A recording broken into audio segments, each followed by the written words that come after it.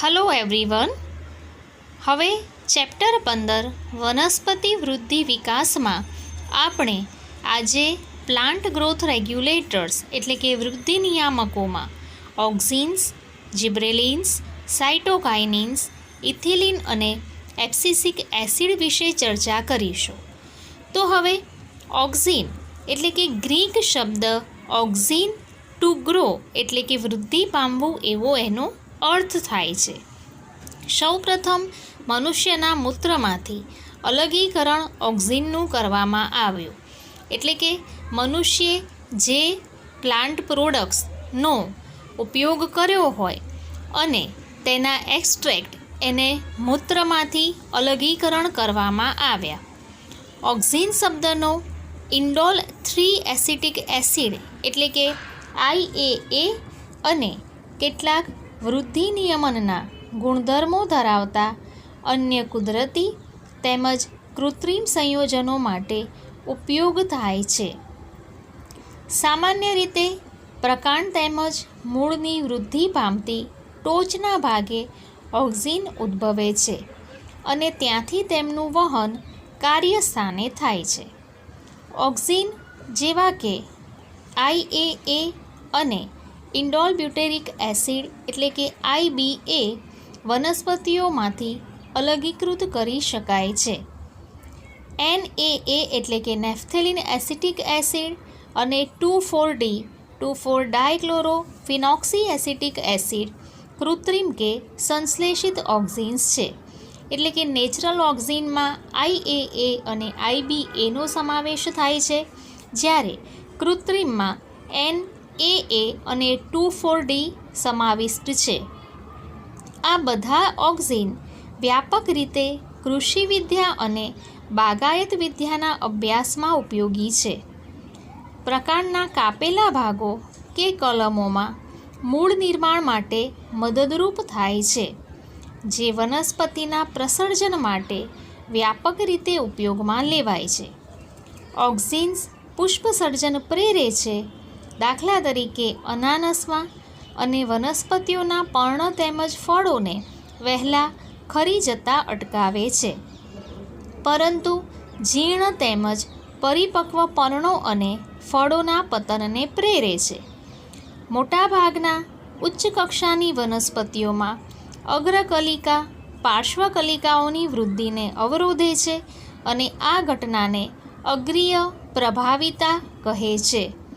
પ્રરોહના અગ્રસ્થ ભાગે ઓક્ઝિન્સ જોવા મળે છે અને ત્યાંથી તે અન્ય ભાગ તરફ વહન પામે છે.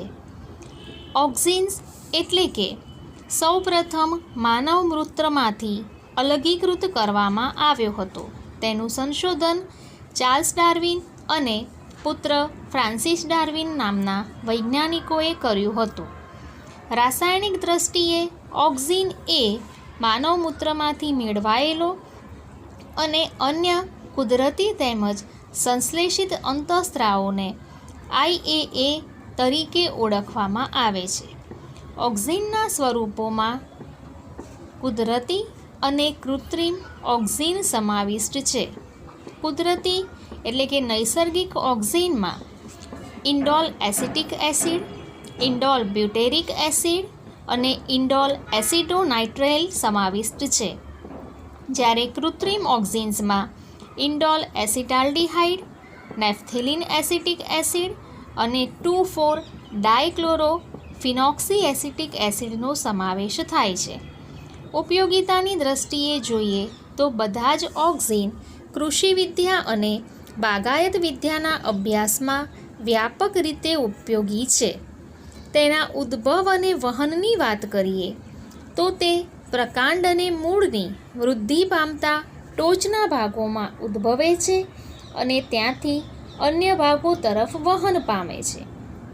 આ ઓક્ઝિનની અસરો કે ઉપયોગિતા જોઈએ તો તે પ્રકાંડના ટુકડામાં મૂળ નિર્માણમાં મદદરૂપ છે, એટલે કે કલમ પદ્ધતિમાં ઉપયોગી છે. તે વાનસ્પતિક પ્રજનનમાં વ્યાપક રીતે ઉપયોગમાં લેવાય છે. તે અનાનસમાં પુષ્પસર્જન પ્રેરે છે તેમજ અપરિપક્વ પર્ણ અને ફળને ખરી પડતા અટકાવે છે. અને તે જ રીતે તે અગ્રીય પ્રભાવિતાને પ્રેરી પાર્શ્વકલિકાઓની વૃદ્ધિને અવરોધે છે. ઓક્ઝિન અફલિત ફળ વિકાસને પ્રેરે છે, દાખલા તરીકે ટામેટામાં, અને જલવાહકના વિભેદનનું નિયંત્રણ કરવામાં અને કોષ વિભાજનમાં મદદરૂપ છે. વ્યાપક રીતે ઓક્ઝિન્સનો ઉપયોગ તૃણનાશક અને નીંદણનાશક તરીકે ઉપયોગી છે. ઓક્ઝિનમાં આપણે અગ્રીય પ્રભાવિતા આકૃતિમાં જોઈ શકીએ છીએ. આકૃતિ એમાં દર્શાવ્યા અનુસાર અગ્રસ્થ કલિકાની હાજરીમાં કક્ષકલિકાની વૃદ્ધિ અવરોધાય છે, જ્યારે આકૃતિ બીમાં અગ્રસ્થ કલિકા દૂર કરેલ વનસ્પતિ કક્ષકલિકાના ટોચના ભાગેથી અગ્રસ્થ ભાગને દૂર કર્યા પછી શાખાઓના સ્વરૂપમાં વૃદ્ધિ થાય છે.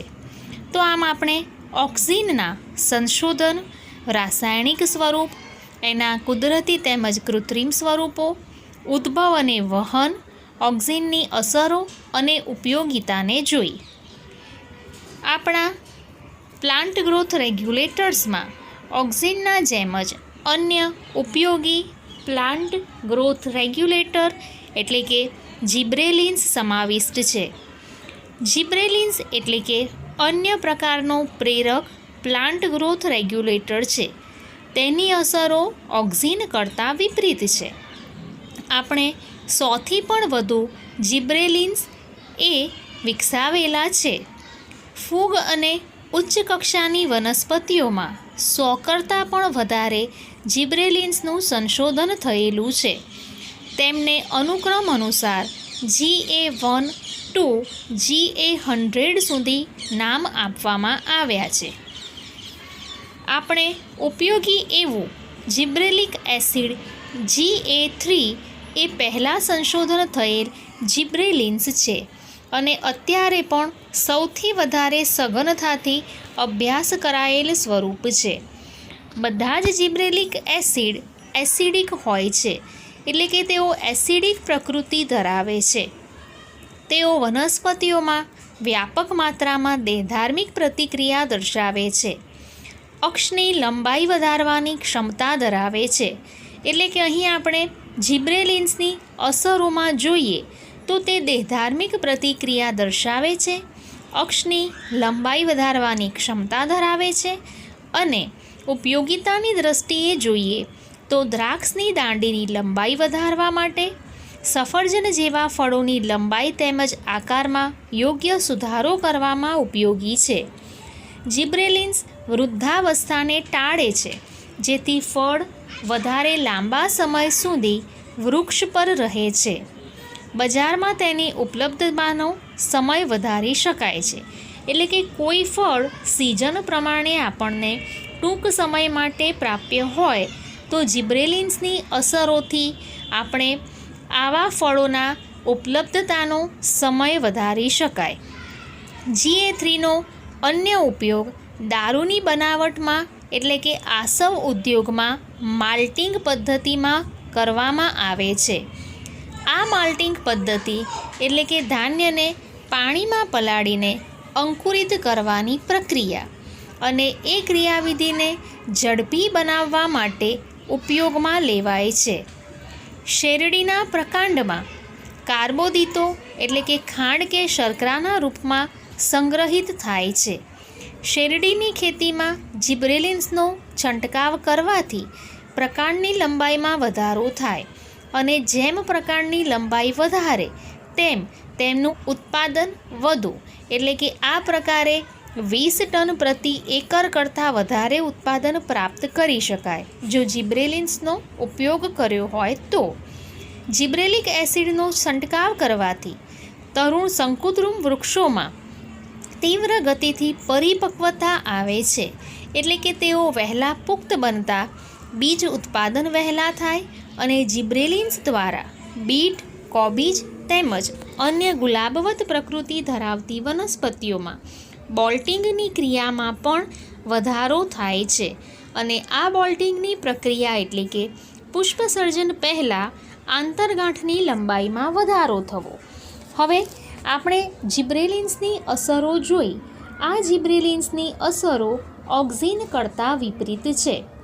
જિબ્રેલિનનું સંશોધન અગાઉ જોયું તેમ ડાંગરના છોડ પર થતા રોગ માટે જવાબદાર જિબ્રેલા ફુજીકુરોઈ નામની ફૂગ પરના સંશોધન દરમિયાન શોધાયો હતો.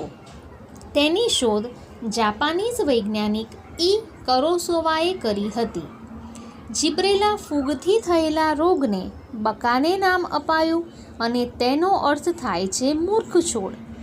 અને આ રોગિષ્ટ છોડના લક્ષણોમાં અસાધારણ રીતે લાંબા, પીળા, પાતળા અને સામાન્યતઃ વંધ્ય એવા છોડ જોવા મળે છે. જિબ્રેલા ફૂગના ચેપથી પીડાતા ડાંગરના છોડમાંથી આ સ્ત્રાવ શોધાયો હોવાથી ફૂગના નામ પરથી તેને જિબ્રેલિન્સ નામ અપાયું. જિબ્રેલિન્સના પ્રકારોમાં GA1 થી લઈને GA100 સુધીના જિબ્રેલિન્સ ઓળખવામાં આવ્યા છે. અને તેના લક્ષણોમાં કે તેઓ એસિડિક પ્રકૃતિ ધરાવે છે અને ઓક્ઝિન્સ કરતાં તેમનું બંધારણ અને કાર્યપદ્ધતિ ભિન્ન છે. પ્રકાશના અભાવમાં તેમનું સંશ્લેષણ વધારે થાય છે. જિબ્રેલિન્સની અસરો અને ઉપયોગિતાની વાત કરીએ તો તે અક્ષની લંબાઈ વધારવાની ક્ષમતા ધરાવે છે. બાગાયતમાં દ્રાક્ષની દાંડીની લંબાઈ વધારવા માટે તેઓ ઉપયોગમાં લેવામાં આવે છે. સફરજન જેવા ફળોની લંબાઈ તેમજ આકારમાં યોગ્ય સુધારો કરવામાં ઉપયોગી છે. તે વૃદ્ધાવસ્થાને દૂર રાખે છે, તેથી વધારે સમય સુધી ફળ વૃક્ષ પર રહે છે અને બજારમાં ફળની ઉપલબ્ધતાનો સમય વધારી શકાય છે. એટલે કે ફળો જલ્દીથી પાકી જતા નથી અને તેની પરિપક્વતાનો સમય એ વધુ લાંબા સમય સુધી ઉપયોગિતા દર્શાવે છે. GA3નો ઉપયોગ દારૂની બનાવટ એટલે કે આસવ ઉદ્યોગમાં માલ્ટિંગ ક્રિયાવિધિને ઝડપી બનાવવા માટે ઉપયોગી છે. આ માલ્ટિંગ પ્રક્રિયા એટલે ધાનને પાણીમાં પલાળીને અંકુરિત કરવાની પ્રક્રિયા અને આ ક્રિયાવિધિને ઝડપી બનાવવા માટે GA3નો ઉપયોગ થાય છે. એવી જ રીતે શેરડીના પ્રકાંડમાં લંબાઈમાં વધારો તેમજ ખાંડના સ્વરૂપમાં કાર્બોદિતોનો સંગ્રહ પ્રેરે છે. આ જિબ્રેલિન્સ દ્વારા બીટ તેમજ કોબીજ અને અન્ય ગુલાબવત પ્રકૃતિ ધરાવતી વનસ્પતિઓમાં બોલ્ટિંગ ક્રિયા એટલે કે પુષ્પસર્જન પહેલાં પ્રકાંડની આંતરગાંઠની લંબાઈમાં વધારો પ્રેરે છે. અને આ ઉપરાંત શંકુદ્રુમ વૃક્ષોમાં તીવ્ર ગતિથી પરિપક્વતા આવે છે અને બીજ ઉત્પાદન વહેલું થાય છે. તો આ પ્રકારે આપણે ઓક્ઝિન્સની અસરો તેમજ જિબ્રેલિન્સની અસરોને જોઈ. ઓક્ઝિન્સ અને જિબ્રેલિન્સ બંને એકબીજા કરતાં તદ્દન વિપરીત એવી અસરો ધરાવે છે. બંને વૃદ્ધિ નિયામકો હોવા છતાં બંનેની અસરો અને ઉપયોગિતાની દ્રષ્ટિએ તદ્દન ભિન્નતાપણું જોવા મળે છે. ત્યારબાદ અન્ય પ્લાન્ટ ગ્રોથ રેગ્યુલેટર તરીકે આપણે સાઇટોકાઇનિન્સની વાત કરીશું. સાઇટોકાઇનિન્સ એટલે કે સૌપ્રથમ તેનું સંશોધન હેરિંગ માછલીના શુક્રકોષના DNAમાંથી કાઇનેટિન સ્વરૂપે થયું હતું. સાઇટોકાઇનિન એ એડેનિન પ્યુરિન નાઇટ્રોજન બેઝના રૂપાંતરિત સ્વરૂપે જોવા મળતો સ્વયં વિખંડનીય પદાર્થ છે. ફરીથી કે સાઇટોકાઇનિન્સ એટલે કે જેનું સૌપ્રથમ સંશોધન હેરિંગ માછલીના શુક્રકોષના DNAમાંથી કાઇનેટિનના સ્વરૂપમાં થયું હતું. સાઇટોકાઇનિન એડેનિન પ્યુરિન નાઇટ્રોજન બેઝના રૂપાંતરિત સ્વરૂપે સ્વયં વિખંડનીય પદાર્થ છે. કાઇનેટિન એ વનસ્પતિઓમાં કુદરતી રીતે પ્રાપ્ય નથી, પરંતુ કોષ વિભાજનો થતા હોય તેવા વિસ્તારોમાં પોતાની અસરો દર્શાવે છે. સાયટોકાઇનિન્સના સંશ્લેષણ, તેની અસર આપતા દ્રવ્યો અને તેની અસરો અને ઉપયોગિતાની વાત કરી. સાયટોકાઇનિન્સ એ નૈસર્ગિક રીતે પ્રાપ્ય નથી. નૈસર્ગિક પદાર્થો તરીકે સાયટોકાઇનિન્સની શોધ મકાઈના બીજના દેહશેષ એટલે કે કર્નેલ્સ અને નારિયેળના દૂધમાંથી ઝિએટીન સ્વરૂપે અલગ કરી શકાય છે. ઝિએટીનના સંશોધન પછી અનેક સાયટોકાઇનિન્સના પ્રાકૃતિક કે નૈસર્ગિક સ્વરૂપ છે અને કોષ વિભાજન પ્રેરક પ્રવૃત્તિ ધરાવતા કેટલાક સંશ્લેષિત સંયોજનો ઓળખી શકાયા છે. નૈસર્ગિક સાયટોકાઇનિન્સ વનસ્પતિના એવા પ્રદેશોમાં સંશ્લેષિત થાય છે કે જ્યાં ત્વરિત કોષ વિભાજન થતું હોય. ઉદાહરણ તરીકે મૂળની ટોચ, વિકાસશીલ પ્રરોહ કલિકાઓ અને તરુણ ફળ વગેરે. તે નવા પર્ણો, પર્ણમાં હરિતકણ, પ્રરોહની પાર્શ્વવૃદ્ધિ અને અસ્થાનિક પ્રરોહના સર્જનમાં મદદરૂપ થાય છે. સાયટોકાઇનિન્સ અગ્રીય પ્રભાવિતામાંથી મુક્તિ અપાવે છે. જેમ આપણે ઓક્સિનની અસરોમાં જોયું કે તે અગ્રીય પ્રભાવિતાને પ્રેરે છે, તો સાયટોકાઇનિન્સ અગ્રીય પ્રભાવિતામાંથી મુક્તિ અપાવે છે. તે પોષક દ્રવ્યોના વિતરણને પ્રેરે છે કે જેનાથી પર્ણના પતનને ટાળી શકાય છે. તો આપણે સાયટોકાઇનિન્સના સંશોધનની વાત કરીએ તો સૌપ્રથમ હેરિંગ માછલીના શુક્રકોષના ડીએનએમાંથી કાઇનેટીન તરીકે શોધાયો હતો. સાયટોકાઇનિન્સ એટલે કે એડેનિન, પ્યુરિન, નાઇટ્રોજન બેઝના રૂપાંતરિત સ્વરૂપે સ્વયં વિખંડનીય પદાર્થ છે. તેના સંશ્લેષણની વાત કરીએ તો વનસ્પતિમાં તે કુદરતી રીતે પ્રાપ્ય નથી, પરંતુ કોષ વિભાજન પર નોંધપાત્ર અસર દર્શાવતો હોવાથી સક્રિય રીતે કોષ વિભાજન થતા હોય તેવા વિસ્તારો જેવા કે મૂળની ટોચ, વિકાસશીલ પ્રરોહ, કલિકાઓ, તરુણ ફળ વગેરેમાં તે સર્જાય છે. સાયટોકાઇનિન્સ જેવી અસર આપતા દ્રવ્યમાં મકાઈના ઝિએટીનના સંશોધન પછી કુદરતી રીતે થતા સાયટોકાઇનિન્સ અને તેમના જેવી જ અસર દર્શાવતા સંશ્લેષિત સંયોજનો મેળવી શકાયા છે. નારિયેળના દૂધમાંથી મેળવેલું ઝિએટીન અને મકાઈના બીજદેહ શેષમાંથી મેળવેલ ઝિએટીન તેમજ અંકુરણ પામતા વાલના બીજમાંથી મેળવાયેલું ફાઇટોહેમેગ્લુટેનિન સાયટોકાઇનિન જેવી અસર દર્શાવે છે. સાયટોકાઇનિન્સની અસરોમાં કોષ વિભાજન, કોષ વિસ્તરણ અને કોષ વિભેદનની પ્રક્રિયાઓને ઉત્તેજે છે. તેની અસર હેઠળ અગ્રીય પ્રભાવિતા દૂર થાય છે. તે જીર્ણતાની પ્રક્રિયાને ધીમી પાડે છે, પર્ણમાં હરિતકણનું સર્જન અને જાળવણી કરે છે, પોષક દ્રવ્યોના વિતરણને પ્રેરે છે, તેથી પર્ણપતન અટકાવી શકાય છે, પ્રરોહની પાર્શ્વવૃદ્ધિ અને અસ્થાનિક પ્રરોહના સર્જનમાં મદદરૂપ છે. તો આમ આપણે વૃદ્ધિ પ્રેરક અંતઃસ્ત્રાવોમાં ઓક્સિન, જિબ્રેલિન અને સાયટોકાઇનિન્સની અસરો જોઈ.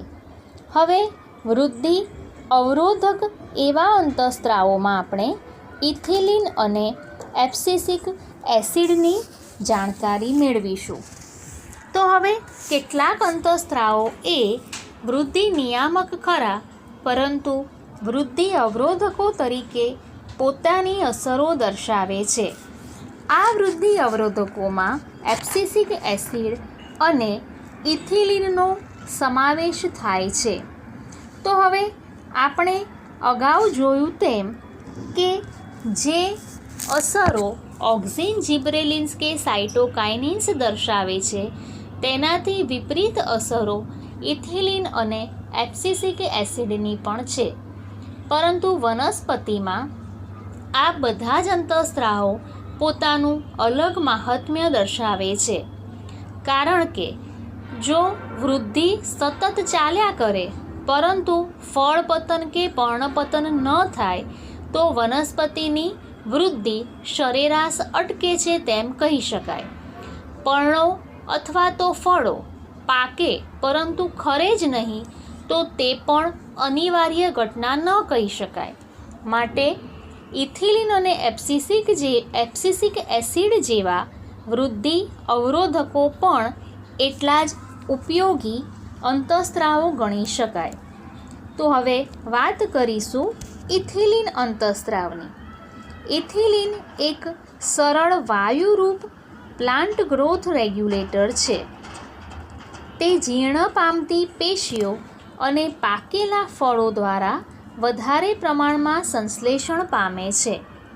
એટલા માટે જ જો પાકેલા ફળ અન્ય કાચા ફળોની સાથે રાખવામાં આવે તો કાચા ફળો પાકેલા ફળોની બાષ્પના કારણે ઝડપથી પાકી જાય છે. ઇથિલિન વનસ્પતિઓની અનુપ્રસ્થ કે સમક્ષિતિજ વૃદ્ધિ, અક્ષોની જાડાઈમાં વધારો અને દ્વિદળી બીજાંકુરણમાં અગ્રીય પ્રવર્ધમય સંરચના પર અસર પહોંચાડે છે. ઇથિલિન મુખ્યત્વે પર્ણો અને પુષ્પોમાં જીર્ણતા તેમજ પતનને પ્રેરે છે અને ફળોને પકવવામાં ખૂબ જ અસરકર્તા છે.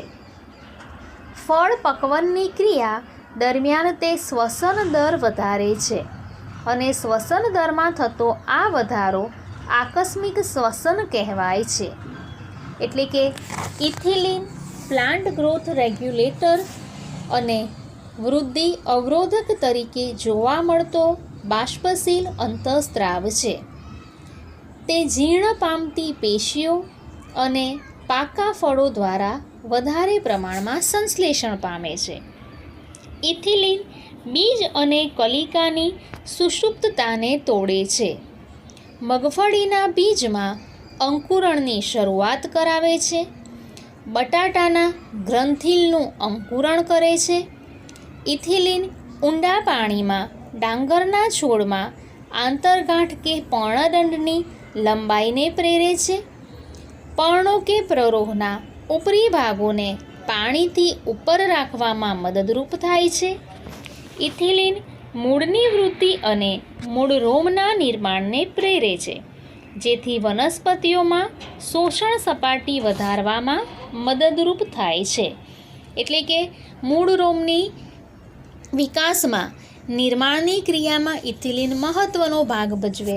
અને આપણને ખ્યાલ છે તેમ કે જેમ મૂળ રોમની સંખ્યા વધુ તેમ જમીનમાંથી ખેંચાતા પાણી અને ખનિજ દ્રવ્યો માટે શોષણ સપાટીનો વિસ્તાર વધુ થઈ શકે છે.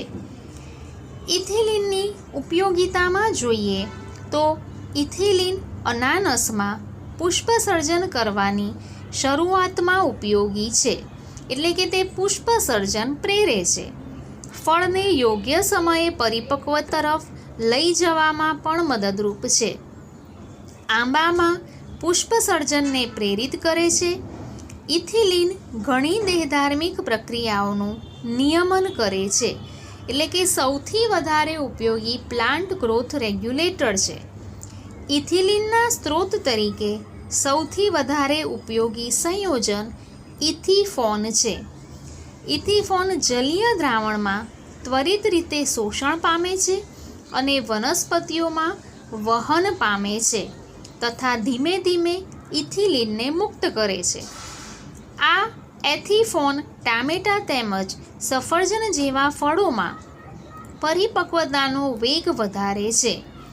પુષ્પો તેમજ ફળોના પતનની તીવ્રતા દર્શાવે છે.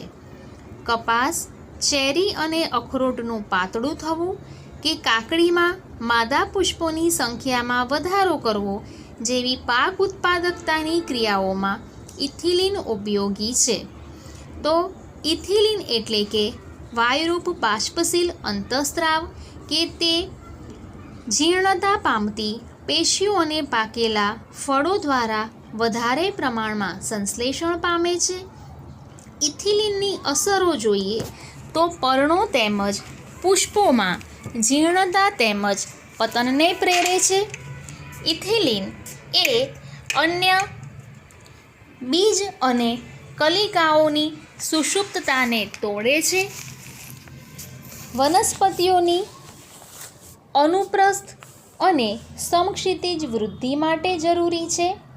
ફળો પકવવામાં ખૂબ જ ઉપયોગી છે. ફળ પકવન દરમિયાન તે શ્વસન દરનો વધારો કરે છે. બીજ અને કલિકાની સુષુપ્તતા તોડે છે અને મગફળીમાં બીજાંકુરણની શરૂઆત જેમજ બટાકામાં ગ્રંથિલનું અંકુરણ પ્રેરે છે. આંબામાં પુષ્પસર્જનને પ્રેરિત કરે છે, જ્યારે અનાનસમાં પુષ્પસર્જનની શરૂઆત કરાવવા માટે ઉપયોગી છે. ઊંડા પાણીમાં ડાંગરના છોડમાં આંતરગાંઠની આયામ વૃદ્ધિ, પર્ણદંડની લંબાઈમાં વધારો પ્રેરે, પર્ણો તેમજ પ્રરોહને પાણીથી ઉપર રાખવામાં મદદરૂપ છે. કાકડીના છોડમાં માદા પુષ્પોની સંખ્યા વધારી ફળ ઉત્પાદકતા વધારે છે. આમ ઇથિલિન ઘણી બધી દેહધાર્મિક પ્રક્રિયાઓનું નિયમન કરે છે. ઇથિલિનના ઇથિફોન જેવા સંયોજનો જે જલીય દ્રાવણમાંથી ત્વરિત શોષણ પામે છે અને વનસ્પતિઓમાં વહન પામે છે, જેથી કરીને ટામેટાં, સફરજન જેવા ફળોમાં પરિપક્વતાનો વેગ વધારે છે. ત્યારબાદ આપણે અન્ય વૃદ્ધિ અવરોધક અંતઃસ્ત્રાવમાં એબ્સિસિક એસિડની ચર્ચા કરીશું. તો હવે પહેલાં જણાવ્યા અનુસાર એબ્સિસિક એસિડની શોધ પતન તેમજ સુષુપ્તતાના નિયમન કરનારી ભૂમિકા માટે થઈ. 1960ના મધ્યમાં એબ્સિસિક એસિડને 1960ના મધ્યમાં 3 અલગ અલગ સંશોધકો એટલે કે 3 અલગ અલગ વૈજ્ઞાનિકોએ અવરોધક બી, એબ્સિસિન 2 અને ડોર્મિનના સ્વરૂપે સંશોધન કર્યા. આ ત્રણેય પદાર્થો ત્યારબાદ રાસાયણિક લક્ષણો અને અસરોમાં એક સરખા સાબિત થયા અને તેમનું નામકરણ એબ્સિસિક એસિડ તરીકે કરવામાં આવ્યું. આ એબ્સિસિક એસિડની અસરોમાં જોઈએ તો અન્ય પ્લાન્ટ ગ્રોથ રેગ્યુલેટર્સની જેમ તે પણ વનસ્પતિ વૃદ્ધિ તેમજ વિકાસમાં વ્યાપક પ્રમાણમાં અસર ધરાવે છે. તે એક સામાન્ય વનસ્પતિ વૃદ્ધિ અવરોધક તરીકે કાર્ય કરે છે અને વનસ્પતિ ચયાપચયને અવરોધે છે. એબ્સિસિક એસિડ બીજના અંકુરણને અવરોધે છે. તે અધિસ્તરમાં આવેલા વાયુરંધ્રોને બંધ કરવા પ્રેરિત કરે છે. વનસ્પતિઓને વિવિધ પ્રકારના તણાવો માટેની સહનશીલતામાં વધારો કરવાની ક્ષમતા બક્ષે છે.